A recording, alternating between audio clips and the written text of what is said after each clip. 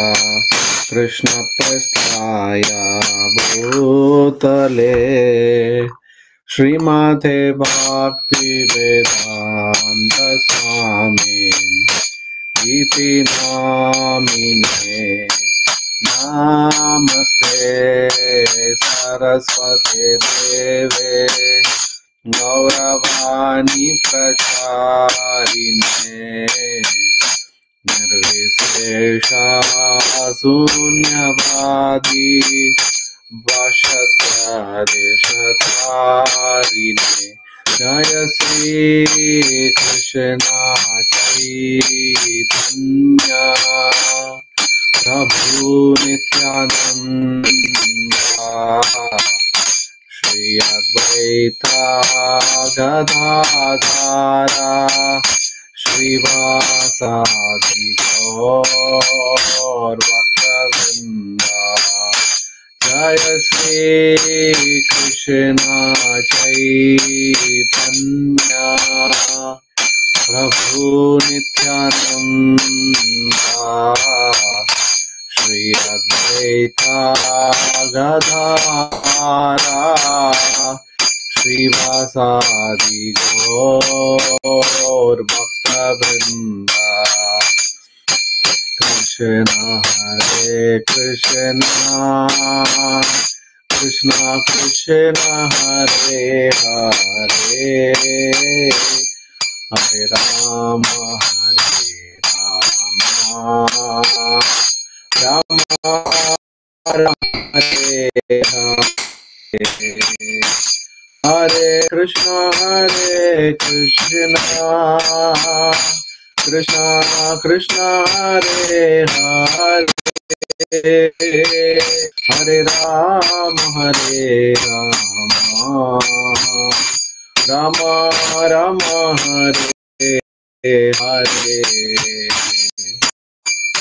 हरे हरे कृष्ण कृष्ण कृष्ण हरे हरे हरे राम राम राम हरे हरे हरे कृष्ण कृष्ण कृष्ण हरे हरे हरे राम राम राम हरे हरे हरे कृष्ण कृष्ण कृष्ण हरे हरे हरे राम राम राम हरे हरे जय राधा गोपीनाथ राधा गोपीनाथ श्री राधे जय जगन्नाथ जय बलदेवा सुभद्रा माई जय सुदर्शन जय गिरि गोवर्धन गिरि गोवर्धन गिरि गोवर्धन जय गिरि गोवर्धन जय गौरानिताय जय गौरानिताय गौरानिताय जय गौरानिताय जय जय प्रभुपाद प्रभुपाद प्रभुपाद जय जय प्रभुपाद जय जय गुरुदेव गुरुदेव जय जय गुरुदेव निताय गौर हरि बोल हरि बोल निताय गौर हरि बोल।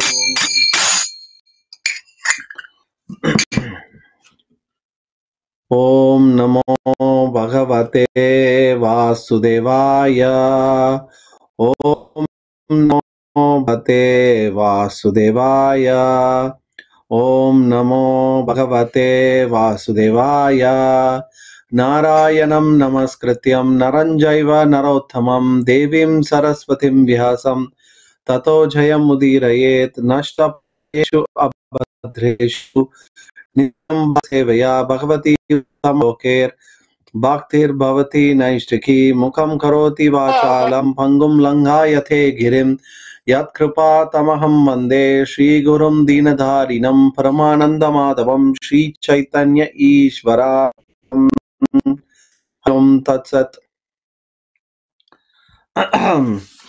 So we are continuing with chapter 7. in our Bhagavatam scripture study. We have finished until text 16. So today we are going to do text from text 17.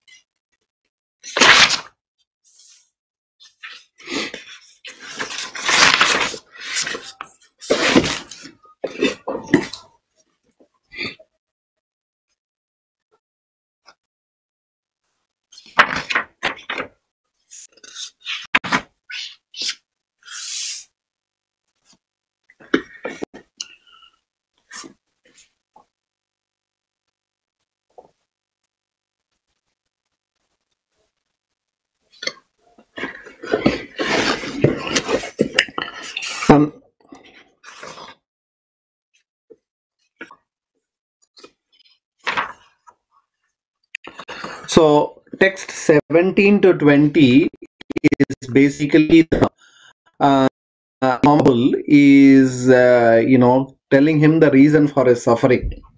Now it's a very interesting question, right? What is the cause of the suffering? Why are you suffering? He's asking that to Dharma, and the bull is going to answer. So basically, why is Yudhishthira? Because Parikshit Maharaj was seeing, when he entered the place, he saw that Kali Purusha was beating Dharma and earth in the form of a bull and cow. So even though he was asking this question, it's a very interesting thing. We'll see the answer that is given by Dharma. Dharma, text 17. The personality of religion said, "These words just spoken by you befit a person of the Pandava dynasty. Captivated by the devotional qualities of the Pandavas, even Lord Krishna, the personality of God, had performed duty as a messenger."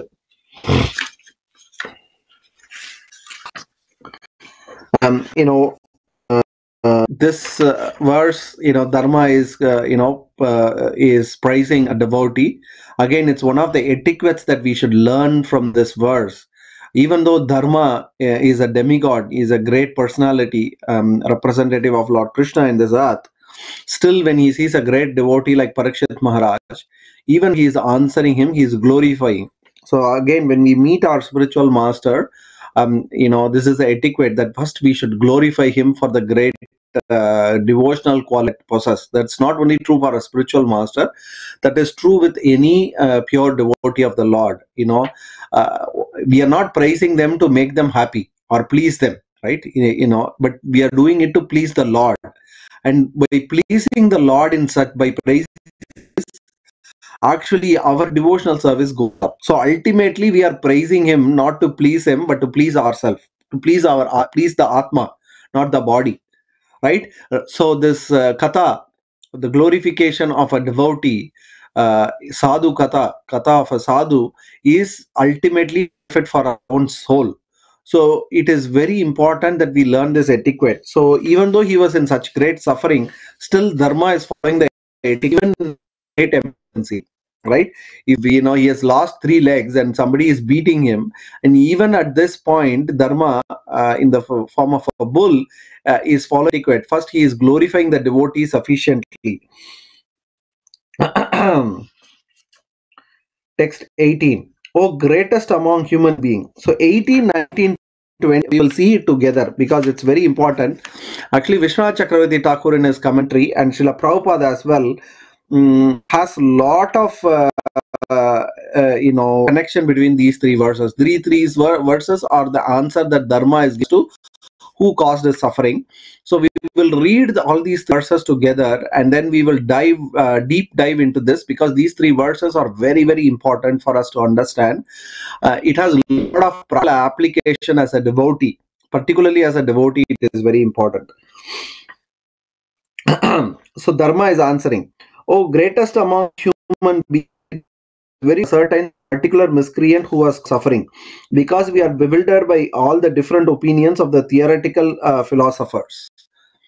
So Dharma is answering, he's not giving a straightforward answer. He's saying, I myself don't think, uh, you know, uh, who's the cause of this this thing, right? Because each every philosophy has its own answer. Like the Brahmavadi thing is Maya. The Mimamsakas thinks that we suffer because of karma. Somebody thinks because of superpower, the superiors, and atheists think there is nothing, just a natural accident that is happening. It's just a flow of life. So like that, each philosopher has its own explanation of the real reason of cause. So here Dharma is saying, I don't know what cause of my suffering. Text 19. Some of the philosophers who deny all of duality declare that oneself is responsible for his personal happiness and distress. Others say that superhuman powers are responsible, while yet others say that activity is responsible and the gross materialistic maintain that nature is the ultimate cause. So these are the four things that we discussed. So, you know, uh,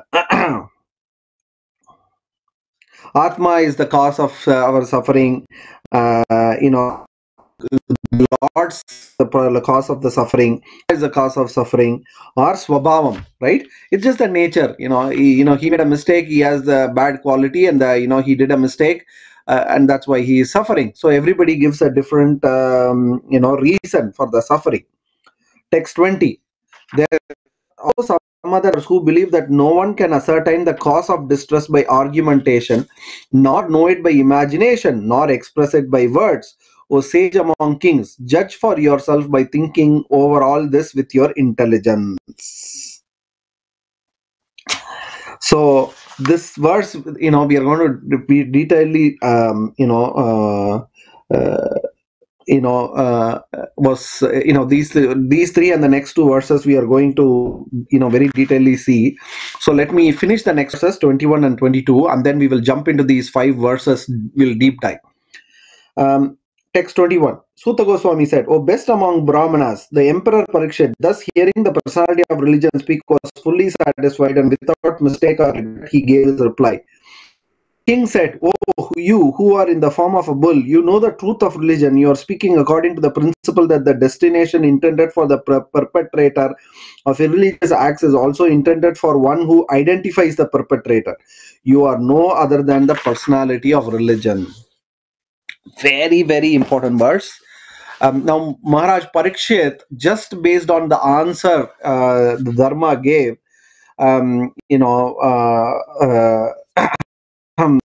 he is able to ascertain that this is not an ordinary pull. He's Dharma himself. Nobody could have given the answer that Dharma gave, right? Um, you know, you know,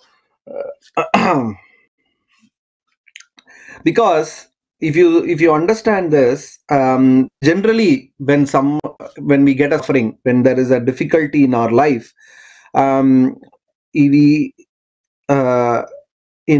the tendency is to find fault.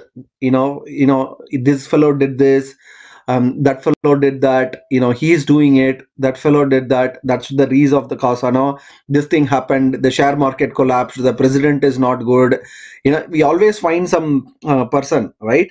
So what we are doing is by nature we are identifying someone as the doer, and what happens is we start developing an enmity towards that person. He did this to me, that fellow did this to me, because I am suffering, right? So basically what happens is our mind turns external instead of introspecting to find what is the cause of me suffering, real cause. We start seeing external references.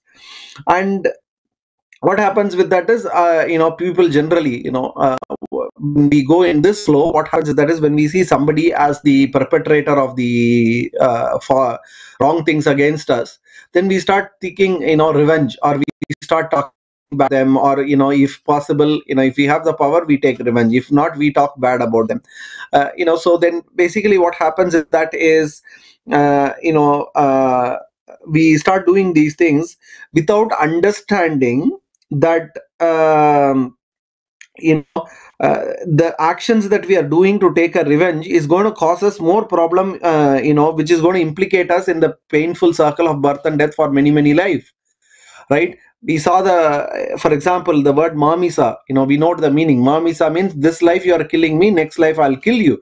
So next life I kill that animal, and in the next life that animal kills me. So this cycle goes on perpetually, right? So there is no end to this cycle, right? And there is one other big, when there is a problem, even if somebody is doing the problem against us, the moment we start, this is also explained by Vishnu Chakravarti Thakur, that oh, he did this, he has this bad quality. So what we start doing is our thoughts filled with the bad qualities of other person, right? But what we don't understand is as we keep meditating upon the other person's bad qualities, those bad qualities will start developing. I am not saying this. If you 7th canto, 1st chapter, 28th verse, there is an example that is given. A grass worm confined in a hole of a wall by a bee always thinks of the bee in fear and enmity, and later becomes a bee simply because of such remembrance. So when we start thinking, this fellow did this, he is the cause of this person, he is like this, he has this bad qualities. When we start meditating on this, what happens is as we meditate on that, those qualities we start developing. But that's the nature of the subtle mind. So we are actually developing the same bad qualities in the other person that we are talking about, right? So therefore, after hearing the bull's extraordinary answers and fee, immediately Maharaj Parikshit identified him. You cannot be an ordinary person, because only a person who is dharma himself will know that the principle that applies for the destination intended for the preparator of, if when somebody is doing wrong, that's what in the second Parikshit Maharaj said. This principle that the destination intended for the perpetrator of an act is also intended for the one who identifies the perpetrator of the, somebody is doing a mistake. What this basically verse this says is, somebody does a mistake, and if other person points out he's doing a mistake, he gets the same result as the person who did the mistake. This is very astonishing, but that's how the religion works. So basically, Bull,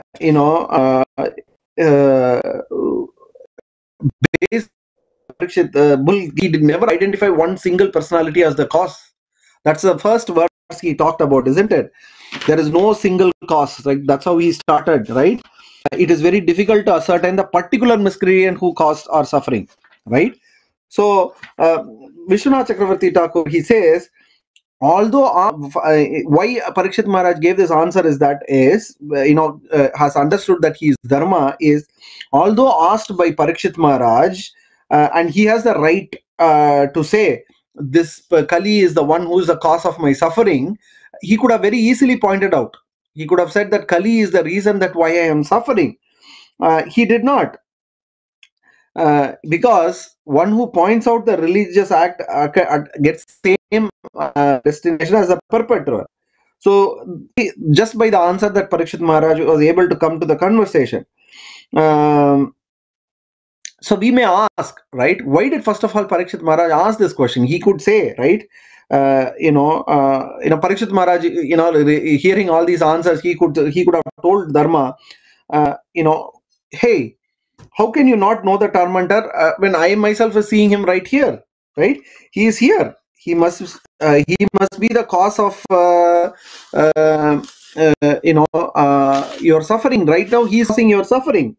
But what Dharma would answer, Vishwanath Chakravarti is, he writes actually like beautifully like a conversation.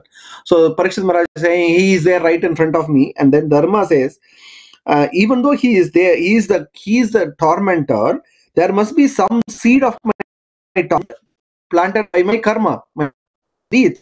Otherwise, I would not pay. So I do not know the identity of the person who generated the seed, right? So Dharma is going very deep. He is not just considering the external fact. The final delivery is given by this person who is tormenting him. But what is the reason that dharma and that person has to come together, and that person has the capability to punish dharma in this life, right? It is based on the klesha bija, right? That was so who generated? Does it karma generated, that whether the atma generates it, or whether it's a supreme lord who generated it? What is the cause? So then Parikshit Maharaj can say, you know all the shastra, right? You know all the shastra. How can you not say that you don't know the answer?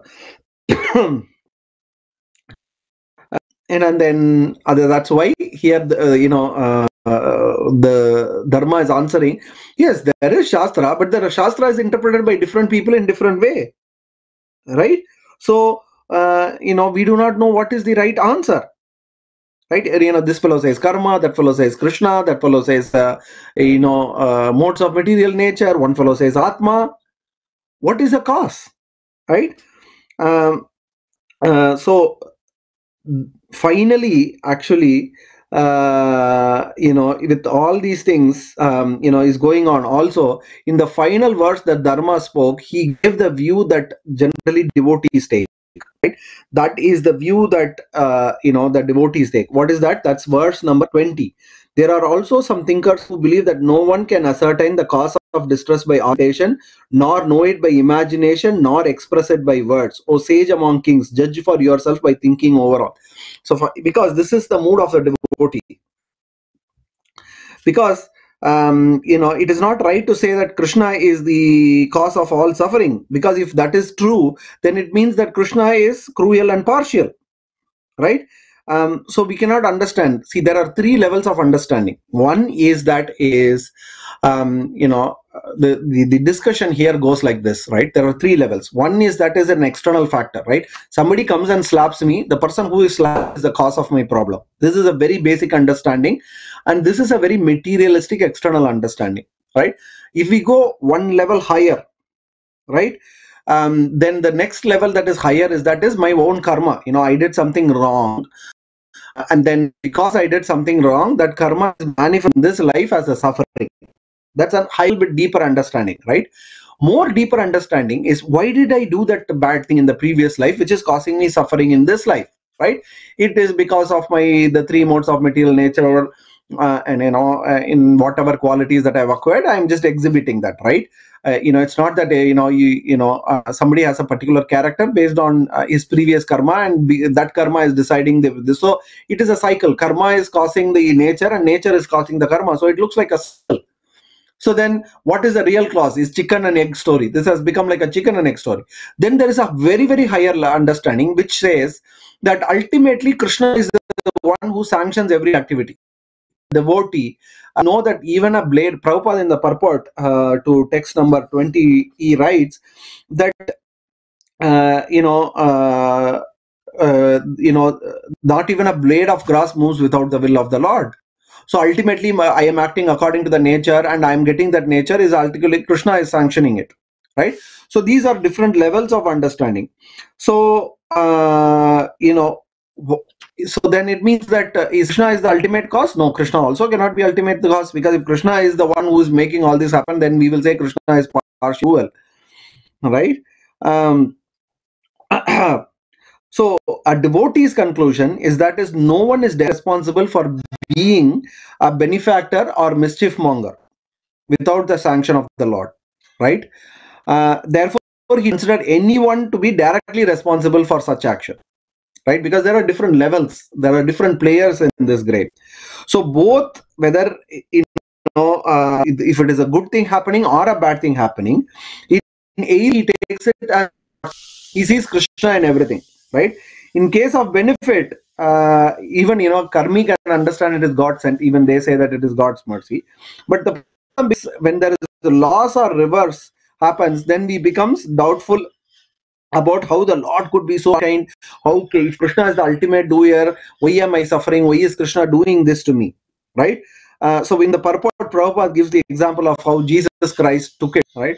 When he was punished, he took it as of the Lord, and that is the way of Prabhupada, that is the way of accepting a thing, either favorable or unfavorable. The devotee identifier is equally a sinner like the mischief monger.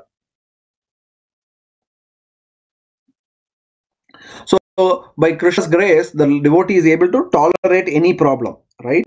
And when Maharaj Parikshit saw this, he knew that this person was a great devotee and he has so much dharma, so he has to be himself, personification of dharma himself. um, you know uh, so then we can ask, okay, so at least he could have said, okay, if devotees think Krishna is the ultimate doer, why did he not say that Krishna is the cause of suffering, right? In Prabhupada answers this question in the purport as well. In 23rd verse number 23 is purport. uh, you know you know uh, Even though the Lord is the ultimate thing, why did he refrain from identifying an actor, right? um, he knows who is the ultimate doer of all the activities, right? So to answer this out, the reply is that, as Prabhupada writes, the Lord is also not directly responsible for everything is done by his deputed Maya energy. The material energy is always provoking doubts about the Lord. The personality of religion knew perfectly well that nothing can take place without the sanction of the Supreme Lord, and still he was put into doubts by the delusioning energy, and thus he refrained from mentioning the supreme cause. So basically, now he is saying he did not identify, because Krishna. There are two things Prabhupada is writing about. One, Krishna directly doesn't partake in any activity, right? He does it through Maya, right? Everything happens through Maya.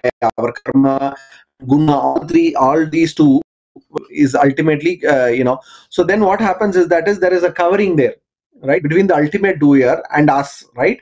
So we can't actually see the ultimate doer because there is a covering, right? So even a great personality like Dharma was not able to see through because of Kali, the nature of Kali, right? So the accurate understanding is actually exists in more language. So you may ask finally, okay, Prabhu, you are very confusing, right? All you have talked has been super confusing. Who is the ultimate? What should be our understanding, right? Prabhupada gives a very extensive, accurate understanding of this particular, problem that go through suffering, right? When we are going, it exists on more than one level. In one level, let's say in somebody comes and a man with us, right? So he is going to be injured, protect himself, right? uh, Despite being it is Krishna's grace, we need to understand that the beater do not have our own best interest in his mind, right? So dealing on this level, our dealing should be, we have to act immediately and try to avoid that suffering. While acting practically, how should nevertheless, even though we are acting trying to avoid the problem, as much as possible we try to get out. It's not that we think, oh, it's Krishna's grace, I'll suffer. But on this level, what happens is that when we act on this level, we have to act to avoid that. But at least we should keep in mind that Krishna is the ultimate doer, and he has the. Why we need to have this? So even though we are trying to avoid the bad situation, still our understanding helps us not to have negatives about the person who is doing, right? So Prabhupada has, there is this famous saying, don't hate the sinner, hate the sin, right? How do we come to through this understanding? We try to avoid the problem, we try to get out of the suffering, but we do not have envy or hatred toward the person who is bringing us that suffering. Why? Because we know that he is not the doer, ultimately Krishna is the doer.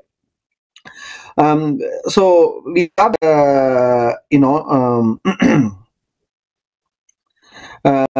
seeing that everything is happening as Krishna's will, devotee understand that, as I said, not even a blade glass moves without the will of the Supreme Personality of Godhead.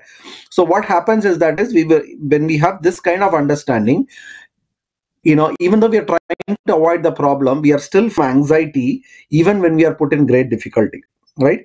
And there is also another level, more than Krishna's desire causing our circumstances.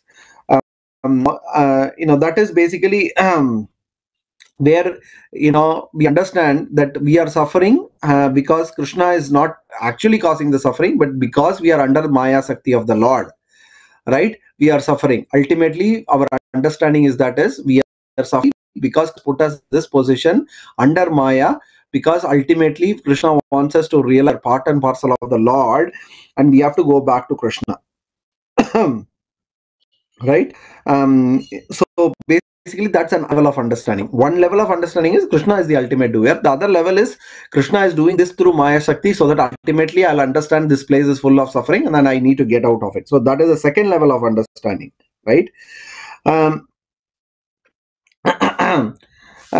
so this is very have these two level of understanding. What happens is that is uh, a devotee that then starts seeing as devotees, then what we see is that we see Krishna's merciful hand in everything, right? You know, this is explained in the 10.14.8, the most famous verse in Bhagavatam. Srila Prabhupada quotes it in many, many places. Tattenu kampam sukasamikshamano bunjana evatma kritam vipakam.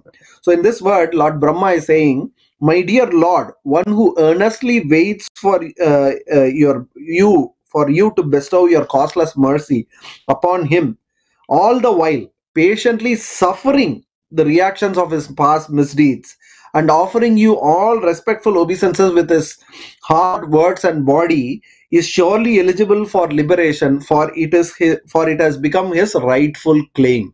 Srila Prabhupada is saying. Prabhupada, in many places, in many classes, has taken this particular verse, talked about it very extensively, because this is a mood that devotee should carry. So Prabhupada is writing in one in one of the lectures. I'm going to read what Srila Prabhupada says. So if we simply remember that Krishna has put me in this condition of life, that is very nice. Tattenu kampam susamikshamano bunjana evatma kritam vipakam. A devotee is, he does not grudge that I am patient. Why am I put into this condition? Why I am not put into a condition of a king or a learned brahmana? No, what condition Krishna has given me, that is all right. By his grace. By his grace, I've got this position because my only business is to remember Krishna. We can do at any stage of life. Prabhupada writes, don't think that the things are taking place automatically. Therefore, even in reverse condition, the devotee does not see that this thing is happening without direction of Krishna. Even if he is in adverse condition, he does not feel any pain. He knows that this adverse condition is also under the direction of Krishna. So I am fully surrendered to Krishna. Why I shall take this adverse position as not a mercy of Krishna? It is also mercy of Krishna. Tattenu kampam susamikshamano bunjana evatma kritam vipakam. A devotee is not disturbed by adversity. He takes that this is the gift of Krishna. Tattenu kampam. It is Krishna's mercy. Although I am put into difficulty, it is Krishna's mercy. So anyone who takes that way, mukta padesa daya bak, he is going back to home, back to God, that is guaranteed, because he takes everything as Krishna's mercy. This is an ultimate understanding of a devotee, right? Whether it is good or bad, everything he takes as Krishna's mercy. Everywhere he sees Krishna. He's completely, takes everything as mercy. So automatically, Prabhupada says, and as the verse says, Mukta Padesa Dayabak. It becomes his right. He can demand. It is his right. No more it is dependent on the Lord. One who sees Krishna, everything, whether good or bad, for him, liberation becomes his birthright. It's like, go and take money from your father's wallet, it's your right. By birth, you have access to the money that your father has saved for you. And the biggest of asset that Krishna can give us is to get out of the world, and it becomes our right when we see the Lord in everything.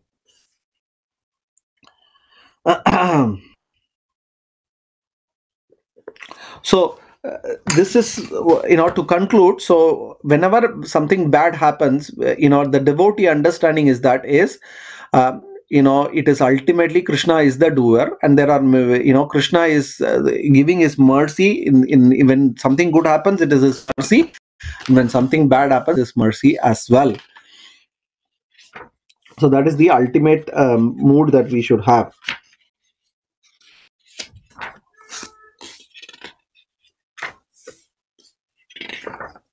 Text 23. Thus, it is concluded that the Lord's energy, or so also, even though Dharma spoke everything, after giving the Vaishnava interpretation, he also made a point that as a Rajashi, you should be able to find out which answer of all the answers, which is the right answer, right? And he is also acting on the level of the a pure devotee. So text 23, thus it is concluded that the Lord's energy are inconceivable. No one can estimate them by mental speculation or by word jugglery. So this is ultimately also should be our understanding, right? We can't try to ascertain as devotees. We cannot question why is Krishna made this way, right? Because even the great personalities cannot understand, right? Even the purest devotees, even pure devotees cannot understand Krishna fully, because we are minute and Krishna finite. We do not have the capacity to understand Krishna and his activities, right? Krishna is the ultimate doer, right? But that he does everything in a certain way, and we cannot question that, because that question means that then doubt has come into our heart. But the moment we said, why is Krishna doing this? The moment we ask that question, then we have a doubt. And what is that doubt represents? It represents Kali. So now, Parikshit Maharaj is continuing. Next 24. Now he is talking to Dharma. He has understood that is Dharma, and on that platform is age of truthfulness. Your four legs were established by the four principles of austerity, cleanliness, mercy, and truthfulness. But it appears that three of your legs are broken due to rampant religion in the form of pride, lust, intoxication.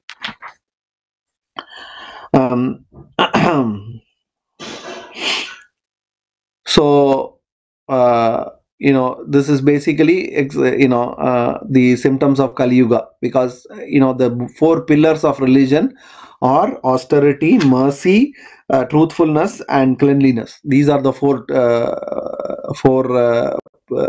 basic pillars, or the pillars of religion, and are the four legs of Dharma, and out of which, by Kali Yuga, three of it is lost. From Satya Yuga, he had four legs. In Treta Yuga, it was three. In Dwapara Yuga, it was two. And in the last Kali Yuga, there is only one. And even that is diminishing very rapidly. And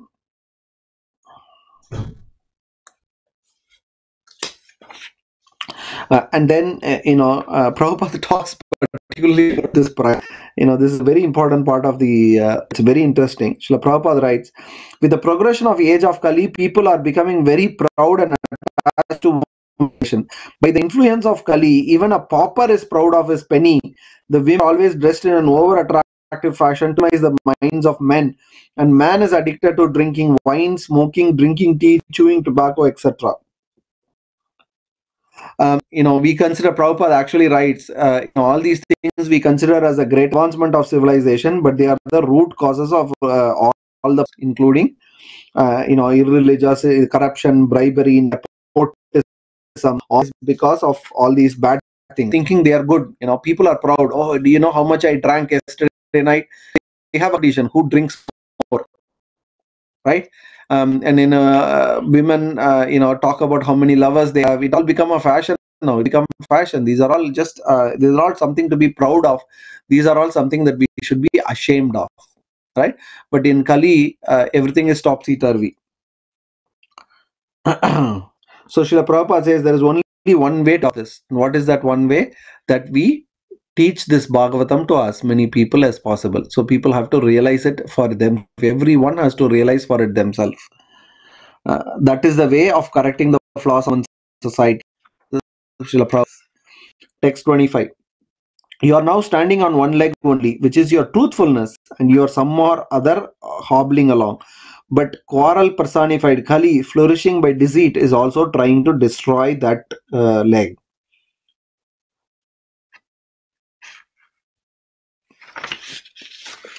So now, Prabhupada gives a very beautiful purport. Srila Prabhupada, in the purport, he talks about how it is not some manufactured, somebody thinks, oh, this is good, that is good, and this is the right. No.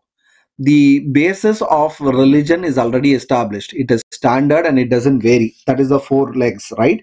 It is not made formula. Authority, cleanliness, mercy, and truthfulness. These are the four legs, right? And people should, Prabhupada says, these four principles should be taught by everybody, even children, starting from the very young age. Children should be taught these four things. Austerity is basically, Prabhupada gives the example of fast, right?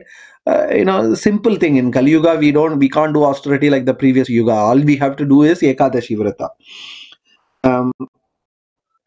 Prabhupada says this is far better, twice a month for spiritual purpose is better than, people fasting for political reasons. Um, you know, Cleanliness is not only for the body, but is for the Atma as well, right? So, and the internal Srila Prabhupada writes is attained by glorifying the Lord or chanting the holy name of the Lord. Uh,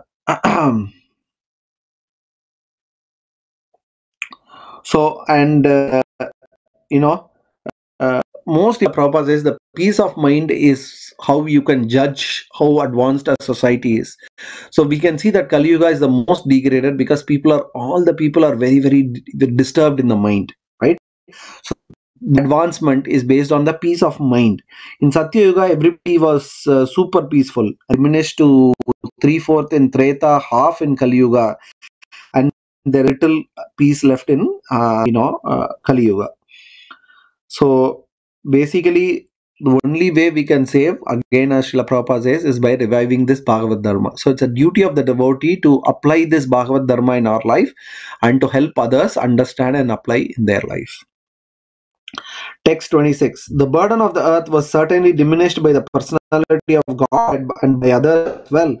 When it was present as an intention, all good was performed because of auspicious footprints. So he's also addressing the cow, earth in the form of cow. So the moment he understood that this bull is dharma, he could also very easily understand that the cow is basically Gomata, right? So he immediately has this understanding. So he is now addressing Gomata. Text 27. Now she, the chaste one, being unfortunately forsaken by the personality of Godhead, laments her future with tears in her eyes, for now she is being ruled by lower class men who pose as rulers. Now he is directly hitting us Kali. Kali was dressed as a great administrator, right? He acted as if he was a Kshatriya. He was dressed like a Kshatriya with all these things and the crown and he was wearing, and he looked exactly like a Kshatriya, but he was a Shudra or a low class man. So now Parikshit Maharaj could immediately see that this case in the future, and seeing that Gomata is super distressed, the one who was ruled by the Supreme Personality of Godhead, right? Where is Krishna? To be under Krishna, now to be even normal human beings is difficult. But not just normal human being, the worst of the human beings is going to rule her. So that's a very mighty fall. Being from the under the Supreme Personality of Godhead, directly under people who are influenced by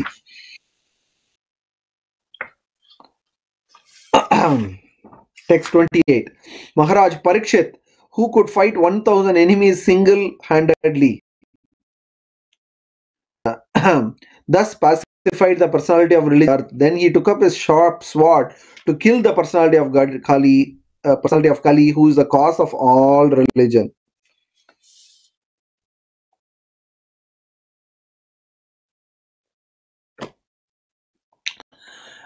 So now Parikshit Maharaj has already paid the and first he takes care, right? First reduce their suffering, give whatever first aid has to be given, and then now he jumps into punishing. So both is protecting the citizens and punishing the mischief monger. Both is the responsibility of the king, right? Law and order, both are important. Order is basically to protect, law is to punish the one who did not follow the rules. So law is there to punish, order is there to protect. Both is the responsibility of the king. So first, taking care of the bull and cow, now he turns his attention, right? See how powerful Kali is. A very person, actually he's one of the demigods, right? And Parikshit Maharaj is now going to punish Kali himself, right? in the one of the previous verses, when Dharma said, what you are saying is very true, you are the descendant of Pandavas. In that purport, Srila Prabhupada writes, actually what Dharma is saying, he's not just saying it for the sake of praising the king or one who is trying to protect him. You are my friend, so I'll praise you. No, not that mood. Because the truth is that is the devotees, they are as powerful as Krishna, right?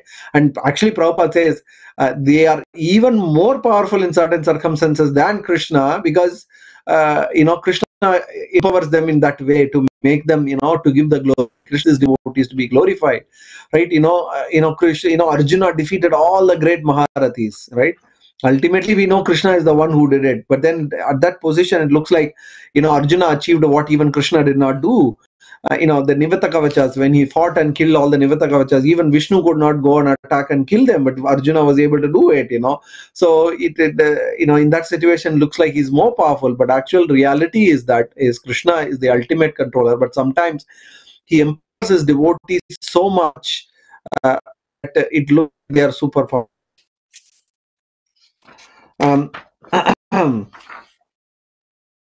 So here his point is that is Parikshit Maharaj, being the devotee of the Lord, he is so powerful that he can even punish the demigods like Kali.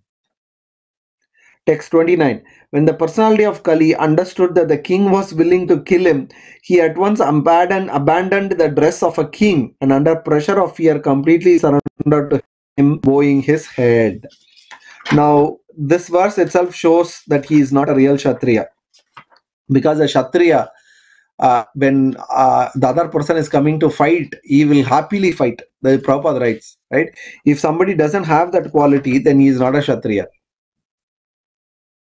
Right? So here itself, this fellow is caught, right? He knows that if he wears a Kshatriya dress, he has to act like a Kshatriya, and he was not capable. So immediately he put all the headdress, everything down, and he changed his dress. And because Shudra means surrender, right?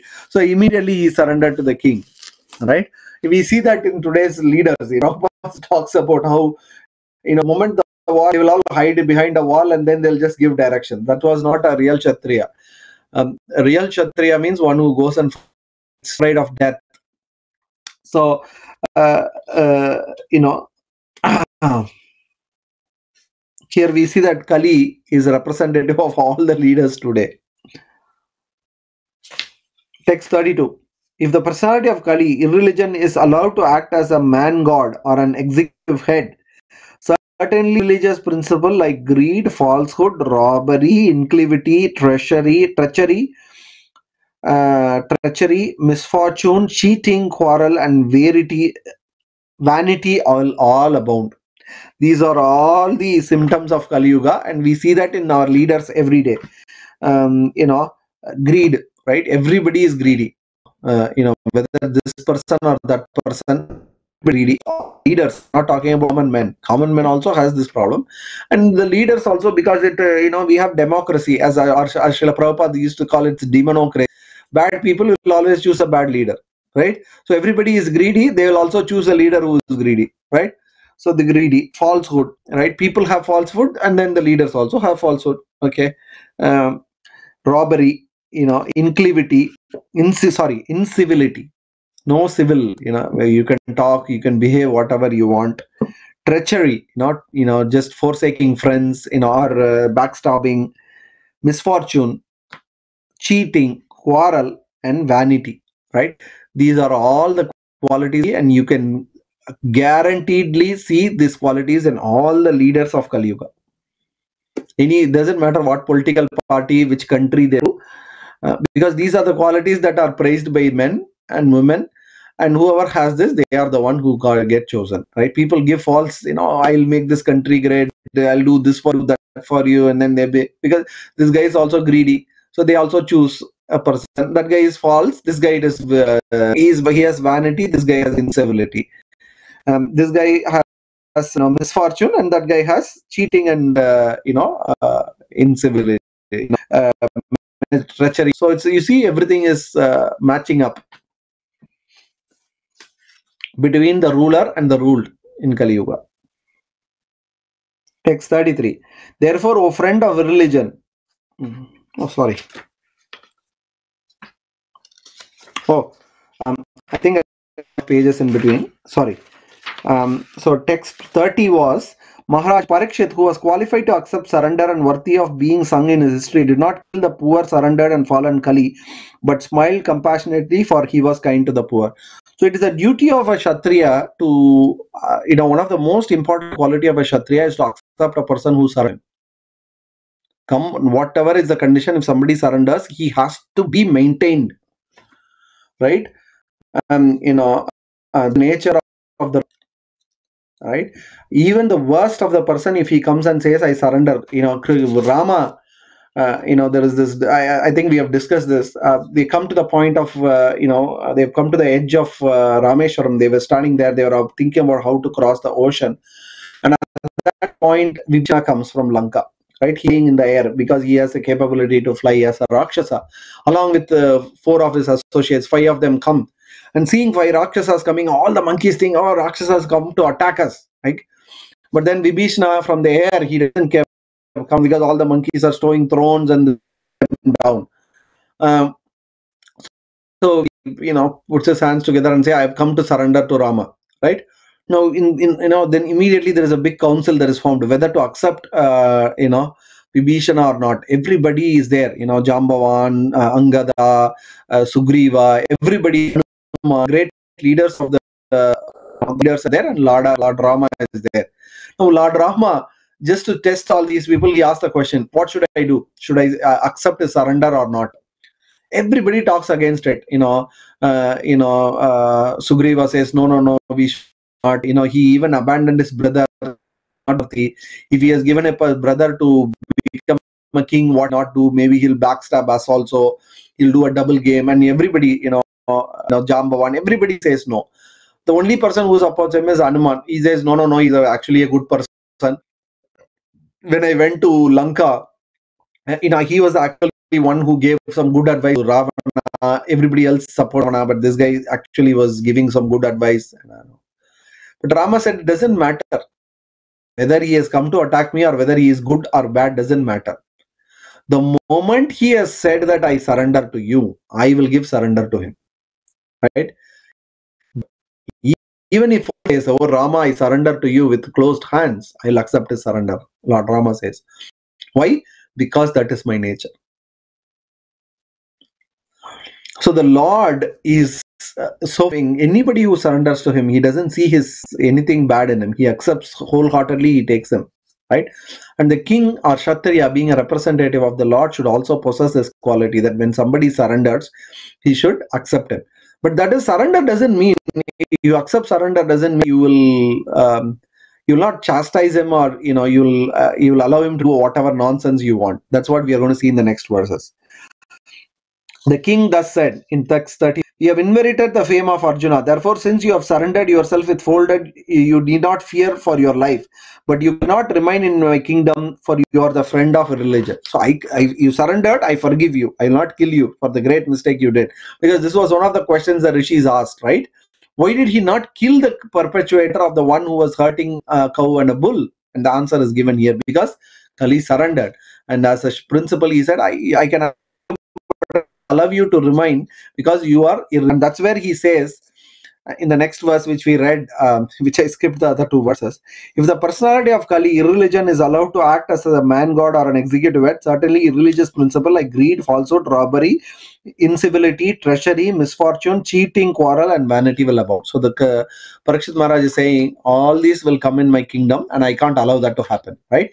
I can't, because you surrendered, I'll allow you to live happily, and in that case, everybody else will go to hell. No, that's also the right position, right? So he's balancing. You are supposed to be killed. I'll forgive you. You'll not be killed. But that doesn't mean you can live here and do whatever nonsense you want to do, which is your nature. So Parikshit Maharaj continues, O friend of irreligion, therefore, O friend of religion, you do not deserve to remain in a place. Perform sacrifices according to the truth and religious principles for the satisfaction of the personality of Godhead. So, Parikshit Maharaj is saying, my kingdom is only for the service of the Lord, and in the service of the Lord, these bad things are not allowed, right? So basically, because these things cannot happen, right? And ISKCON is actually a kingdom of Parikshit Maharaj. When Srila Prabhupada established ISKCON, it is exactly with the mood of Parikshit Parikshit Maharaj, he has done it. So we not bring these bad qualities into the spiritual organization. Right? There's this devotee who used to funnily say, Prabhupada was an expert. He built a spiritual world in the material world. He's super expert, right? Because he has built a spiritual world in the material world. And then he said, we devotees who are followers, we are also experts, because within that material world, spiritual world also, we are building another material world, right? So when we come into this organization, when we enter the Lord, when we come into the association of devotees, we make sure that these things, greed, falsehood, robbery, incivility, treachery, misfortune, cheating, quarrel, vanity, it is not there in our heart, and we don't exhibit these qualities when we come in the association of devotees. It's very important. We cannot allow Kali to remain in our heart. So like Parikshit Maharaj, we should ready to abandon him immediately from our heart. We cannot give place to Kali in our heart with these qualities. The moment we ascertain these qualities, or somebody helps us to understand that we have these qualities, we should immediately banish these qualities from our heart. Because the heart and our whole, whatever we possess, is only to be used in the sacrifice of the Supreme Personality of Godhead. Text: in all sacrificial ceremonies, although sometimes a demigod is worshipped, the Supreme Personality of Godhead is worshipped because he is the super soul of everyone and exists both inside and outside like the air. Thus, it is he only who awards all welfare to the worshipper. So, Parikshit Maharaj is, saying, just because you see that you're doing different kinds of sacrifices, doesn't mean they are worshipping different demigods, because ultimately Krishna accepts all sacrifices, called Yajna, right? He is the final benefactor of the Yajna, and the other demigods get their share only after it is offered to the Lord. So here Parikshit Maharaj is concluding, whatever is happening in my kingdom, it is all devotional service. So because it is purely place for devotionalities, I cannot allow you with these qualities to enter into my kingdom. You have no place here, because this place is for only devotional service. So we'll finish the class here. There are around 8-9 verses left more. We couldn't finish because we had a few verses we're seeing little detailedly. So probably we'll conclude this chapter next week and try to go to the next chapter as well. With this, I'll finish today's class. If you have any questions, please message it to me, 0414018739. And then you can do it anytime during the week. And next week's class, week afterwards, based on when I get your message, I can give an answer based on my knowledge, or I can check with my seniors and come back to you with the right answers. So with that, we'll finish today's class. Grindaraj, Srimad Bhagavatam ki jai, Srila Prabhupada ki jai, Srila Gurudev ki jai, Gaura Premanande Hari Hari.